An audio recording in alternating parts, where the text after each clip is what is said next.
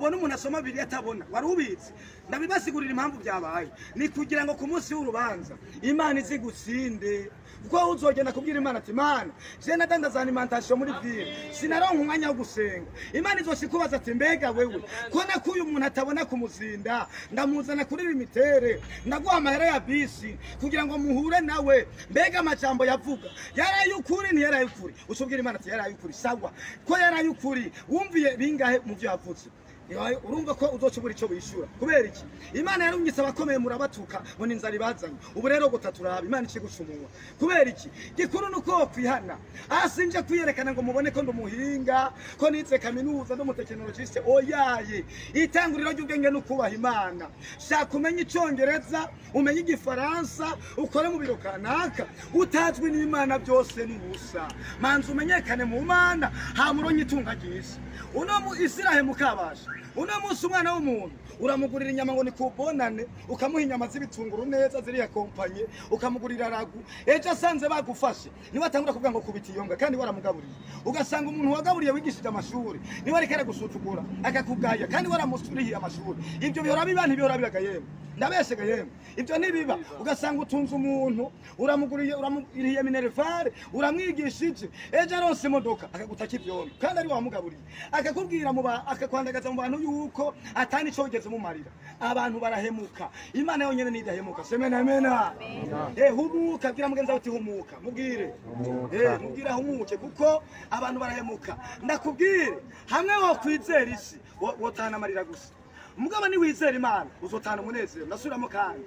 ni wizera isi uzokama mu marira ariko ni wizera Imana uzogira umunezero gusanzwe ariko ni bangana bibi usomere Yohana 11 tunyarutse hari abakeneye gufata amabisi tunyarutse Jean chapitre 11 verset 1 Yohana 11 ku murongo wa mbere singurura Yohana 11 ku murongo wa mbere singurura wofise gatabo singurura tujane Yohana 11 ku murongo wa mbere tunyarutse tugwakwanye kugira ngo dusengera abantu batahe Yohana 11 ku murongo wa mbere nsanzwe mba kumuzinda naje mba kumuzinda uva ngano kumuzinda n'imodoka zitatu urumva ubugombe bw'Imana zikugenda utumbereye hari naho usunguruka nazi yuko hari abavuga butumwa benshi baza barondera amafaranga gusa mu bantu ari business gusa bagomba gukora kimwe gusa jewe business ya mbere nuko umenya Imana semena amena amen nayo ubundi amahera azohera ubutunzi buzohera ego guhezagira umuntu naco bitwaye mugabo narayemba bajwe n'umugore umwe yarayaje kumuzinda arahenda abantu ngo Imana yantumye ngo hari amafaranga ngo Imana yantumye akaza aratoza amahera mu bantu ku mabotike ngo yashirira abana bo mu bitaro ngo bagwaye ngo Imana yamutumye kumara amafaranga aza kujya gusa urumvise tugezeko uwundi acaraza ngo umviriza nkuko nyene musengere ngaha ngo batabyara ngo nimwegere ngaha abatabyara mwese yagarara ngaha mubunyene ngo musako ndabasengera ngo ubunyene tanga dimiri ngaha barayatanga itenge kiruzura amafaranga mubunyene ngo umviriza Imana imbwiye ngo abigeme batagira abagabo hagarara ngaha urazi ko abantu bakomeresa ari benshi baca barahagarara umwe wese iporo umwe wese 5 urumvise tugezeko yatashe igitenge cyuzuye amahera ndugu yawe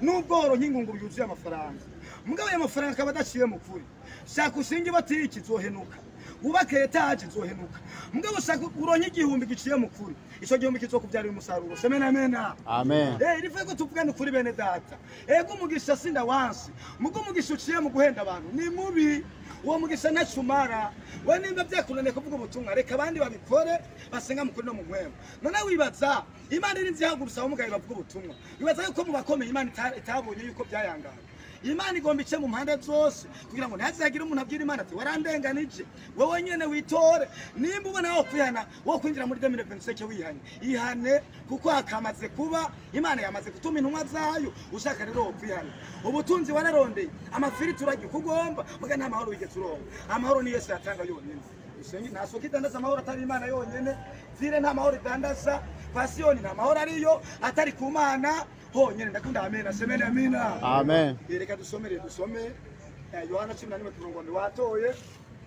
abakene gusoma rero ukene kubiraba usome wegere uyu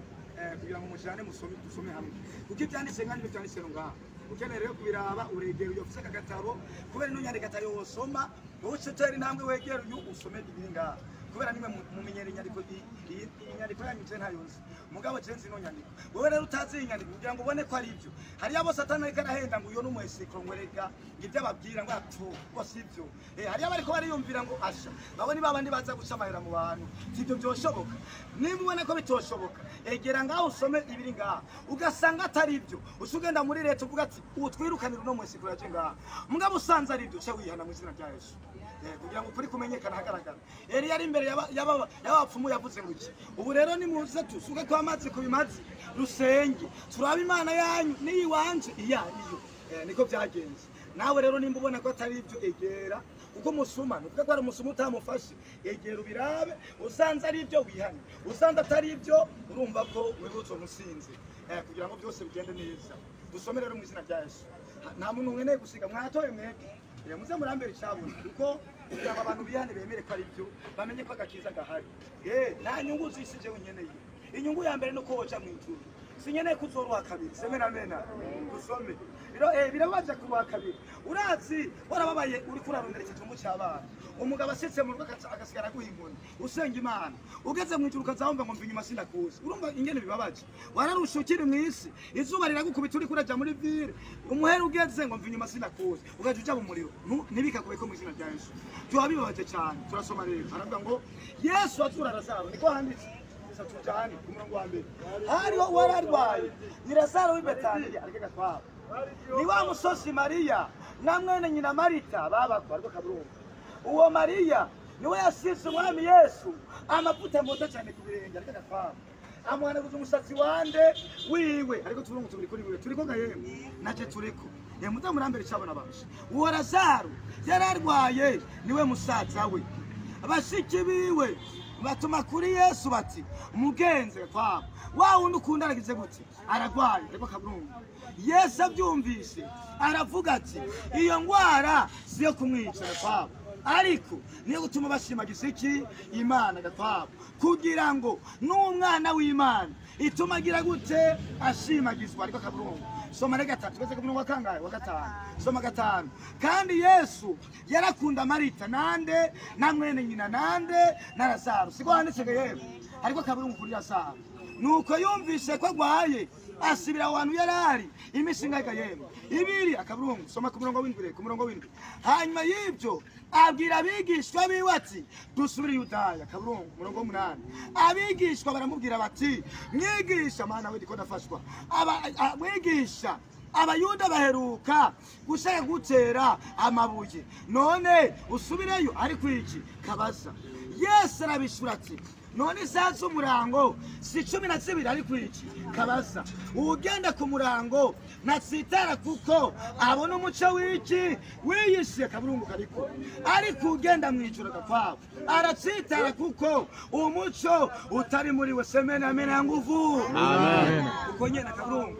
amaze kuvuga ivyo gapfa arababwira ati Lazaro umukunzi wacu gakwabu kariko arasinziriye agakwabu nanje ndagiye kumukangura kaburungu umurongo 12 soma 12 verse 12 umurongo 12 nuko abigishwa baramubwira bati mugenzi gakwabu asangwa asinziriye agakwabu azokira uragakira mu izina rya Yesu akaburungu kariko yamara Yesu yavuga ko yapfuye agakwabu ariko bo bagira ngo avuga kuruhuka ko gusinzira kaburungu umurongo wa 14 andiko soma bukebwe kugira ngo tujane umurongo wa 14 soma na umurongo wa 14 umurongo wa 14 soma umurongo wa 14 buno Yesu avuga bifuboye ati Lazaro yahwereye ariko turungu tubiri ariko kuganyu ndanezerewe ko ntariyo kugira ngo muzokwizera ariko turungu tubiri noneho nimuze tujiyari akaburungu ewe to muri hano Toma ari we hasa abwira abigishwa bagenzi biwe ati ingo tugende dupfane nande na Yesu uragafana n'Imana ko pfana n'Imana umurongo wa 17 nuko Yesu ashitse asanga amazi imishinga yemwe ine mumva usoma umurongo nyuma dusenga Imana are naho ndi murongo usubira gusoma niba Samara n'akazi kawe Yohana 14 Yohana 14 uyu n'umurongo nyuma cyasengera abantu Yohana 14 rero utarasoma some Yohana 14 ku murongo wa mbere Yohana 14 watoye wewe sawa nanje ndiko ndaharonda okay ndatoye Yohana 14 dusome rero twese kuno murongo wa nyuma nusamara Yohana 14 ku murongo wa mbere havuga ngo iki Yesu n'inzira kuri niki ku murongo wa mbere avuga ngo iki ntimuhagarike imitima yanyu agakwavu mwizere Imana ego agakwavu nanje munyizere ariko akaburungu siko kariko gaye muze murambere cyabona basha soma ku murongo